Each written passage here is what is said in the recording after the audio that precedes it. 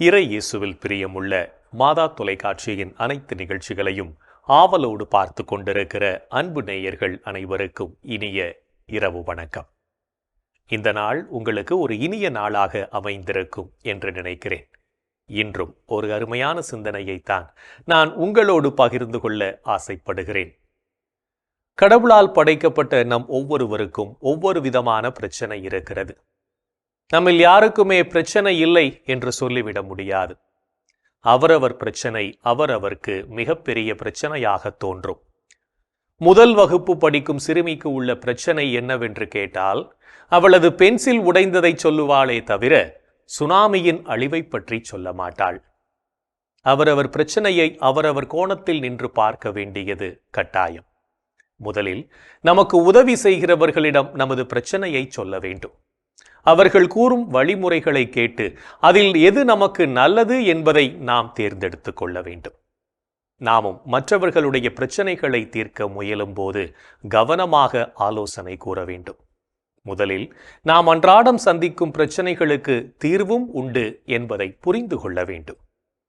ஒவ்வொரு தீர்விற்கும் முடிவுகளை அதன் வழியில் விடாமல், அடுத்தவரின் வழியில் விடாமல் நாம் தான் எடுக்க வேண்டும் என்ற தெளிவுதான் நமது வாழ்க்கைக்கு தேவை. நாம் எதையுமே பேசி தெளிவுபடுத்தாமல் எடுத்தவுடன் எல்லாவற்றிற்கும் எதிர்ப்பு தெரிவிப்பதால் பல மனங்கள் தான் புண்படும் என்பதை புரிந்து கொள்வோம். நாம் சற்றும் சிந்திக்காமல் எடுத்தவுடன் சொல்லும் வார்த்தைகள் எல்லாம் யதார்த்தம் அல்ல. அவை உள்மன காயத்தால் வெளிப்படும் வலிகளின் வெளிப்பாடு. அவைகள் மற்றவரையும் காயப்படுத்தும். ஆனால் சற்றே பொறுத்திருந்து நாம் வெளிப்படுத்தும் சொற்களும் செயல்களும் மற்றவர்களுக்கு ஊக்கத்தை, உற்சாகத்தை, ஆக்கத்தை கொடுக்கும். அப்போது ஒவ்வொரு நிமிடமும் வாழ்க்கை வியப்பானதாக, விறுவிறுப்பானதாக, சந்தோஷத்தின் தேடலாக அமையும் என்பதை புரிந்து கொள்வோம். யார் எதிர்த்தால் என்ன, எதிர்ப்பினை காட்டுவதால் மட்டுமே நமக்கு தன்மானம் இருக்கிறதென்று யோசித்து செயல்படுபவர்தான் தானும் தரணியும் நலிவுறாமல் காக்கும் தன்மானிகள். பற்றி படரும் பதற்றத்திலும் எட்டி நிற்கும் பொறுமை கலந்த வேகமே தீயை அணைக்கும். இல்லையேல் நம்மை தொற்றிக்கொண்டு உயிர் குடிக்கும். எனவே பொறுமையில்தான் வெற்றியின் சுவடுகள் என்பதை உணர்ந்து கொண்டு எதற்கும் பொறுத்திருந்து பதில் சொல்வோம். வாழும் போதே வானை தொடு என்பதற்கு முன்னுதாரணம் அப்துல் கலாம். இன்றும் அவரது புகழ் வானளவு உயர்ந்திருக்கிறது. காரணம், பள்ளியில் படித்து கொண்டிருக்கும் போதே வானை தொட வேண்டும் என்ற லட்சிய கனவுதான். அதுதான் விமான இயந்திரவியல் படிப்பதற்கு அவரை ஈடுபடச் செய்தது. படிப்பை முடித்தவுடன் அவருக்கு வேலை கிடைத்திருக்கும். அதனால் அவர் உயரத்திற்கு சென்றிருக்கிறார் என்றுதான் நாம் நினைத்திருக்கின்றோம். என்ன நடந்தது தெரியுமா? அவரே இவ்வாறாக பதிவு செய்திருக்கிறார். ஒரு நேர்முக தேர்வுக்காக விண்ணப்பித்து அதற்கான படிவமும் கிடைக்கப் பெற்றேன். டெஹ்ராடூனில் நடைபெற்ற மிக கடுமையான நேர்முக தேர்வு அது. உடல், அறிவு, திறன் போன்ற அம்சங்களை அப்போட்டியில் சோதித்தார்கள். 12 பேர் போட்டியாளர்கள். இதில் 11 பேர்களை தேர்ந்தெடுக்க வேண்டும். நீக்கப்பட்ட அந்த துரதிர்ஷ்டசாலியாக இருந்தது நான் தான் என்கிறார் அப்துல் கலாம். அத்தனை சோதனைகளுக்கு பின்னும் அவரது தன்னம்பிக்கையால் வாழ்வில் முன்னேற்ற நிலையை அடைந்தார். முன்னேற்றத்திற்கான நல்லதொரு முடிவை அவரே எடுத்தார். நாமும் நம் வாழ்வில் வரும் பிரச்சனைகளுக்கு நல்லதொரு முடிவை எடுக்க நம்மை பயிற்றுவிப்போம். இன்றைய தினத்தை எடுத்துக்கொள்வோம். இந்த நாள் முழுவதும் நமது பிரச்சனைகளுக்கு நல்லதொரு முடிவை நாமே எடுத்து வாழ்ந்தோமா என்று யோசித்து பார்ப்போம். மேலும் இந்த நாளில் நமது செயல்பாடுகள் எப்படிப்பட்டதாக இருந்தது என்று நம்மையே நாம் கேட்டு பார்ப்போம்.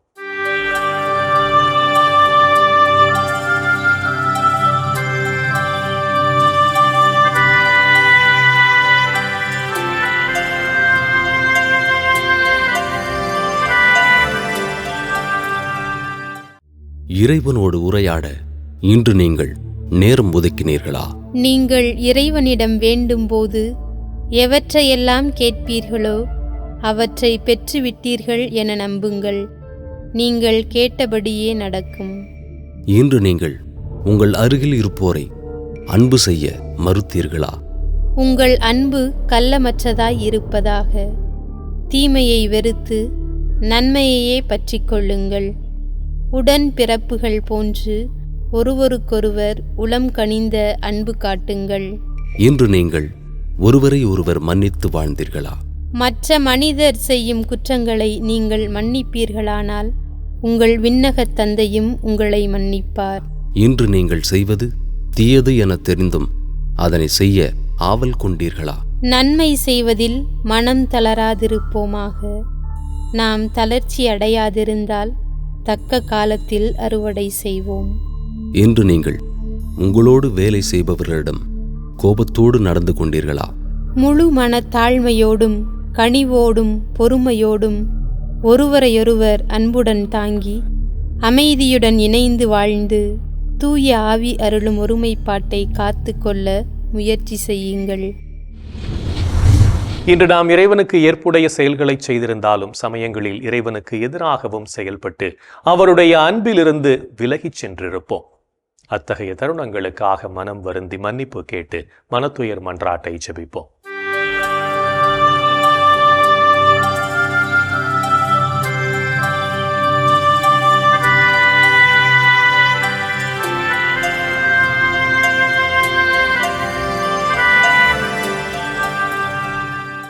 எல்லாம் வல்ல இறைவனிடமும் சகோதர சகோதரிகளே உங்களிடமும் நான் பாவி என ஏற்றுக்கொள்கிறேன். ஏனெனில் என் சிந்தனையாலும் சொல்லாலும் செயலாலும் கடமையில் தவறியதாலும் பாவங்கள் பல செய்தேன். என் பாவமே என் பாவமே என் பெரும் பாவமே. ஆகையால் எப்போதும் கன்னியான புனித மரியாவையும் வானதூதர் புனிதர் அனைவரையும் சகோதர சகோதரிகளே உங்களையும் நம் இறைவனாகிய ஆண்டவரிடம் எனக்காக வேண்டிக்கொள்ள மன்றாடுகிறேன். ஆமேன். மனத்துயர் மன்றாட்டை ஜெபித்ததன் வழியாக இறைவனிடமிருந்து மன்னிப்பை பெற்றிருப்போம் என்ற நம்பிக்கையோடு இறை வேண்டலில் இணைவோம்.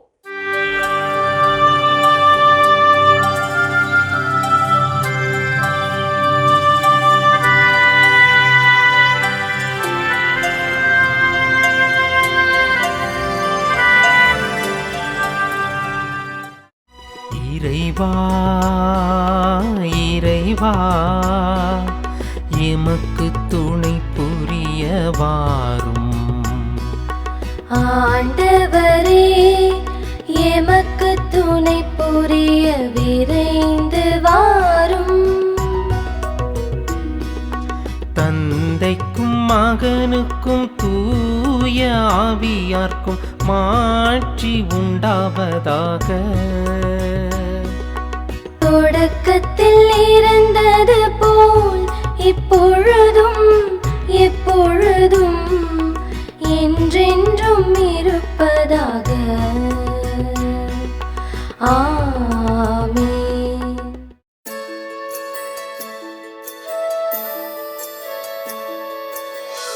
போயது பொழுது புகுந்தது இரவு, தூயனை உனது பொன்னடி தொழுதோ. நேயமையெல்லாம் ஏதமும் நீக்கி நீயமையாண்டு காத்தருளையா. கனவுகள் துயில் வழி காணுதல் வேண்டாம், கனவிருள் பூதமும் கண்ணுரல் வேண்டாம். சினமுறு பகைவர் முரணலாம் வெல்வார், ஈனமும் உடலில் அணுகிடாது அருள்வார். ஆதியம் தந்தாய் அருள் புரிவீரே, அமலன மகனே அருள் புரிவீரே. ஜோதியே உருவாம் தூயாவியாரே, தொழுதனம் உமதடி அருள் புரிவீரே. ஆமென் ஆமென் ஆமென்.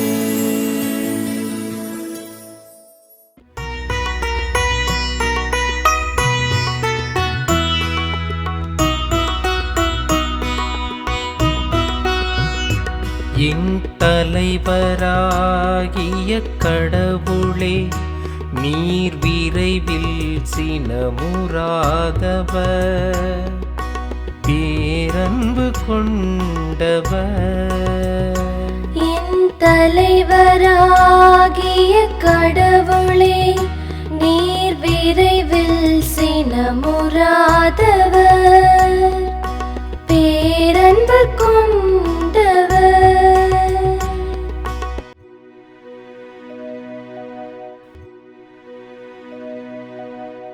ஆண்டவரே எனக்கு செவிசாய்த்து பதிலளியும்.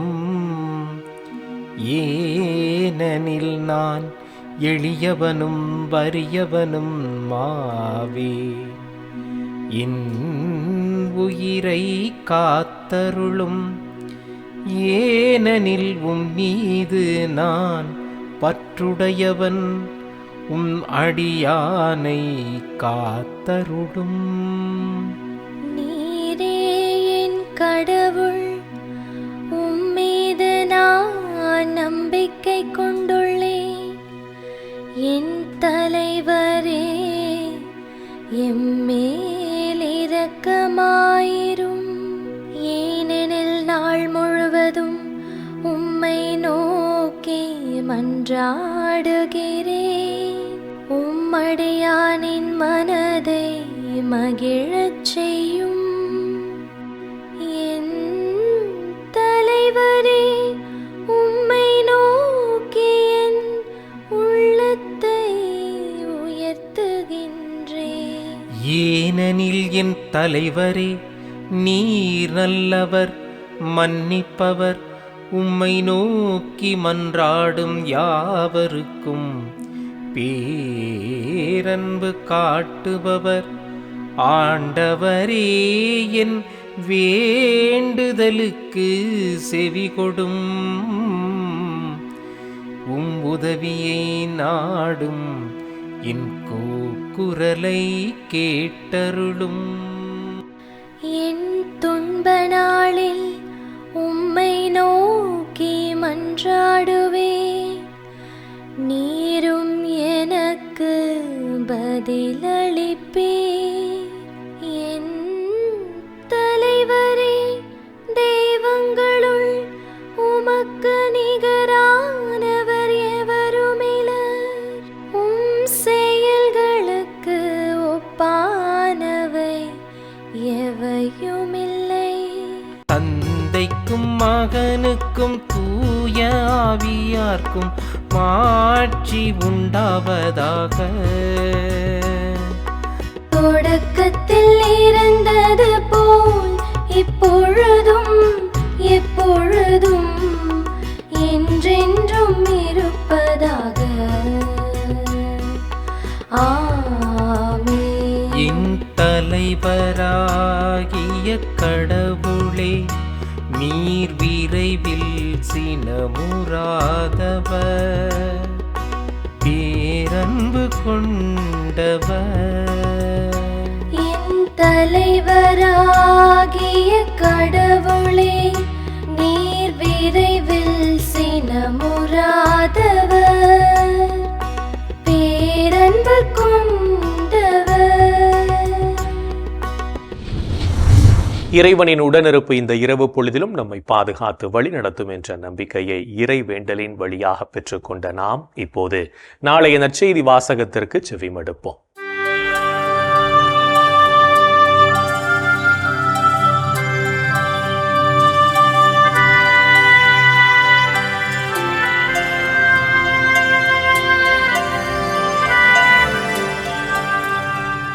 நாளைய திருப்பலி வாசகங்கள்.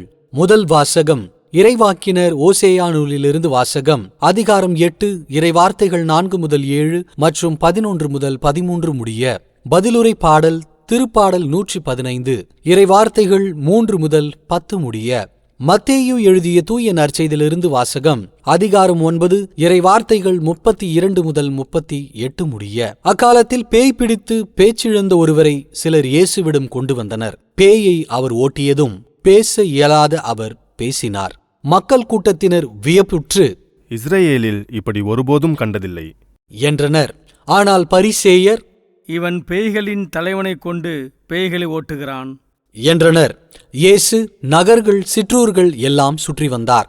எங்கும் அவர்களுடைய தொழுகை கூடங்களில் கற்பித்தார். விண்ணரசை பற்றிய நற்செய்தியை பறைசாற்றினார். நோய் நொடிகள் அனைத்தையும் குணமாக்கினார். திரண்டிருந்த மக்களை அவர் கண்டபோது அவர்கள் மேல் பரிவு கொண்டார். அவர்கள் ஆயரில்லா ஆடுகளைப் போல அலைகழிக்கப்பட்டு சோர்ந்து காணப்பட்டார்கள். அப்பொழுது அவர் தம் சீடரை நோக்கி, அறுவடை மிகுதி, வேலையாள்களோ குறைவு. ஆகையால் தேவையான வேலையாள்களை தமது அறுவடைக்கு அனுப்பும்படி அறுவடையின் ஆண்டவரிடம் மன்றாடுங்கள் என்றார். ஆண்டவரின் அருள்வாக்கு. கிறிஸ்துவே உமக்கு புகழ். ஆண்டவரே, உம் கையில் என் உயிரை ஒப்படைக்கின்றே.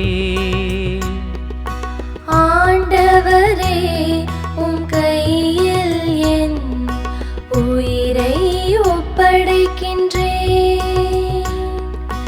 உண்மையின் ஆண்டவராகிய கடவுளே, எம்மை மீட்டவர் நீரே.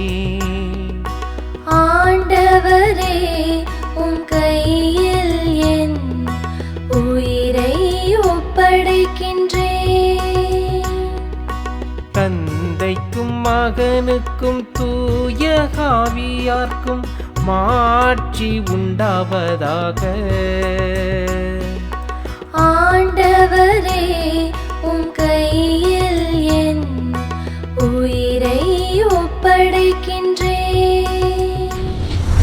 நாம் மற்றவர்கள் மேல் இரக்கம் கொண்டு வாழவும் இறையாட்சி பணியை இனிதே ஆற்றிடவும் அழைப்பு விடுக்கும் இயேசுவின் குரலுக்கு செவிமடுத்து வாழ்வோம் என்ற சிந்தனையோடு சிமியோன் பாடலில் இணைவோம்.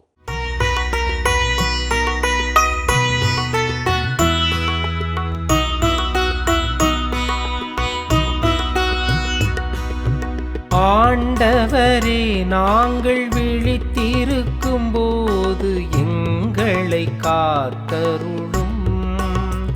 நாங்கள் தூங்கும் போது எங்களை பாதுகாத்தருளும். இதனால் கிறிஸ்துவோடு விழித்திருந்து அவரோடு அமைதியில் இளைப்பாறுவோம். அவரோடு அமைதியில் இளைப்பாறுவோம். ஆண்டவரே, உமது சொற்படி உம்மடியான் என்னை இப்போது அமைதியுடன் போகச் செய்கின்றீர். ஏனெனில் மக்கள் அனைவரும் காணுமாறு நீர் ஏற்பாடு செய்துள்ள உமது மீட்பை என் கண்கள் கண்டு கொண்டன. இம்மீட்பே பிற இனத்தாருக்கு வெளிப்பாடு அருளும் ஒளி. இதுவே உம் மக்களாகிய இஸ்ரவேலுக்கு பெருமை. இஸ்ரவேலுக்கு பெருமை. தந்தைக்கும் மகனுக்கும் தூய ஆவியார்க்கும் மாட்சி உண்டாவதாக. தொடக்கத்தில் இருந்தது போல் இப்பொழுதும் எப்பொழுதும் என்றென்றும் இருப்பதாக. ஆமென். ஆண்டவரே, நாங்கள் விழித்திருக்கும் போது எங்களை காத்தருளும். நாங்கள் தூங்கும் போது எங்களை பாதுகாத்தருளும். இதனால் கிறிஸ்துவோடு விழித்திருந்து அவரோடு அமைதியில் இளைப்பாறுவோம். அவரோடு அமைதியில் இளைப்பாறுவோம். இறைவன் நம்மை ஒவ்வொரு நொடிப்பொழுதும் அற்புதமாய் வழிநடத்தி கொண்டிருப்பதை சிமியோன் பாடல் வழியாக உணர்ந்து ஜெபித்த நாம் இப்போது நாளைய புனிதரை பற்றி பார்க்கலாம்.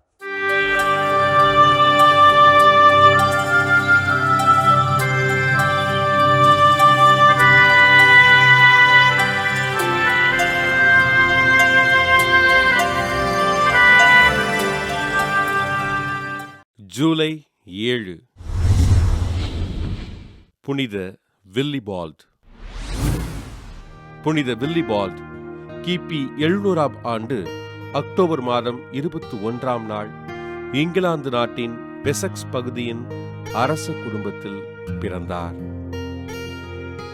குழந்தையிலேயே கொடிய நோயால் பாதிக்கப்பட்டு இறக்கும் தருவாயிலிருந்த புனித வில்லிபால்ட் இறை அருளால் சுகம் பெற்ற காரணத்தால் 5 வயதிலேயே வால்தாமின் பெனடிக்டைன் மடத்தில் சேர்க்கப்பட்டார். கிபி 722 ஆண்டு ரோமைக்கு திருப்பயணம் சென்ற நம் புனிதர் மலேரியாவால் பாதிக்கப்பட்ட போதும் இறை வேண்டலால் நலம் பெற்றார். கிபி 724 மற்றும் கிபி 725 ஆண்டுகளில் புனித நகருக்கு சுற்றுப்பயணம் மேற்கொண்ட இவர் புனித நாடுகளுக்கான வழிகாட்டி நூலை ஆங்கிலத்தில் எழுதினார். கிபி 741 ஆண்டு குருவாகவும் ஆயராகவும் திருநிலைப்படுத்தப்பட்ட புனித வில்லிபால்ட் ஜெர்மனி நாட்டில் மறைபரப்பும் பணியை மேற்கொண்டார். கிபி 752 ஆண்டு புனித வில்லிபால்ட் தம் சகோதரருடன் இணைந்து ஆண் பெண் துறவியர்களுக்கென இரட்டை மடத்தை அமைத்து தன் சகோதரி புனித வால்பர்காவை பணியில் அமர்த்தினார். 40 ஆண்டுகளாக ஆயராக பணியாற்றிய இவர் திருச்சபையின் மறையுண்மைகளை மக்கள் அறிந்து கொள்ள பல முயற்சிகளை மேற்கொண்டதோடு ஏழைகளின் தேவைகள் அறிந்து உதவினார். இவர் ஜெபிப்பதற்கும் உழைப்பதற்கும் அதிக நேரம் செலவிட்டு உண்பதற்கும் உறங்குவதற்கும் குறைந்த நேரம் செலவிட்ட காரணத்தால் பிணியுற்று கிபி 781 ஆண்டு ஜூலை மாதம் 7ஆம் நாள் இறைவனடி சேர்ந்தார். தூய வில்லிபால்டுவின் விழாவை கொண்டாடும் நாம் இறைவனின் புனித செயல்களை பின்பற்றி வாழ்ந்து மற்றவரையும் புனிதராக்க முயற்சி செய்வோம்.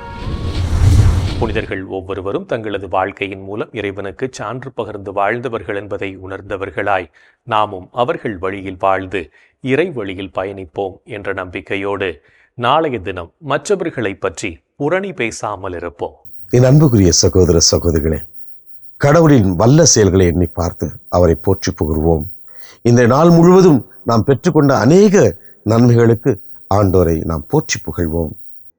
எங்கள் அன்பு உருவான இயேசு ஆண்டவரே, இளையோரை குறித்து நீர் ஒவ்வொரு நாளும் கவலைப்படுகிறீர் என்பதை நாங்கள் அறிவோம். ஒவ்வொரு இளைஞனும் ஒவ்வொரு இளம் பெண்ணும் கடவுள் பயமும் ஒழுக்கமும் ஞானமும் உள்ள நல்ல பிள்ளைகளாக இந்த தரணியிலே வாழக்கூடிய எல்லா விதமான அருள் வளங்களையும் எமது இளையோருக்கு நீர் கொடுத்துள்ளும். பெற்றோரையும் சமூகத்தையும் பெரியோரையும் மதிக்கக்கூடிய, அவர்களை மரியாதை செய்யக்கூடிய, அவர்களை ஏற்றுக்கொள்ளக்கூடிய அவருடைய வாழ்க்கை பாதையை பார்த்து இவர்களும் நல்வழி வாழக்கூடிய அற்புதமான அருள் வளங்களை என் பிள்ளைகளுக்கு இளையோருக்கு கொடுத்துள்ளும். எங்கள் அன்பு தாயே, ஆரோக்கிய அன்னையே, எங்களது இளையோருக்காக பரிந்து பேசுங்கள் அம்மா. இந்த ஜெபங்களை எங்கள் ஆண்டவராகி இயேசுவே மது வல்லமையான திருநாமத்தின் வழியாய் உம்மை கெஞ்சி மன்றாடுகிறோம். ஆமென். என்றும் வாழும் உயிருள்ள இறைவன் தந்தை, மகன், தூய ஆவியார் நாம் அனைவரையும் நிறைவாக ஆசீர்வதிப்பாராக. ஆமென். இந்த ஜெபத்தின் வழியாக இறை அருளும் ஆசீரும் நம் மீது நிறைவாக பொழியப்பட்டிருப்பதை உணர்ந்திருப்போம். இறை ஆற்றலும் வல்லமையும் என்றும் நம்மில் தங்கும். அன்னை மரியாவும் நமக்காக இறைவனிடம் பரிந்து பேசி நம்மை கரம் பிடித்து வழி நடத்துவார் என்ற நம்பிக்கையோடு அவரின் துணை வேண்டி இந்த நிகழ்வை நிறைவு செய்யலாம். Good night.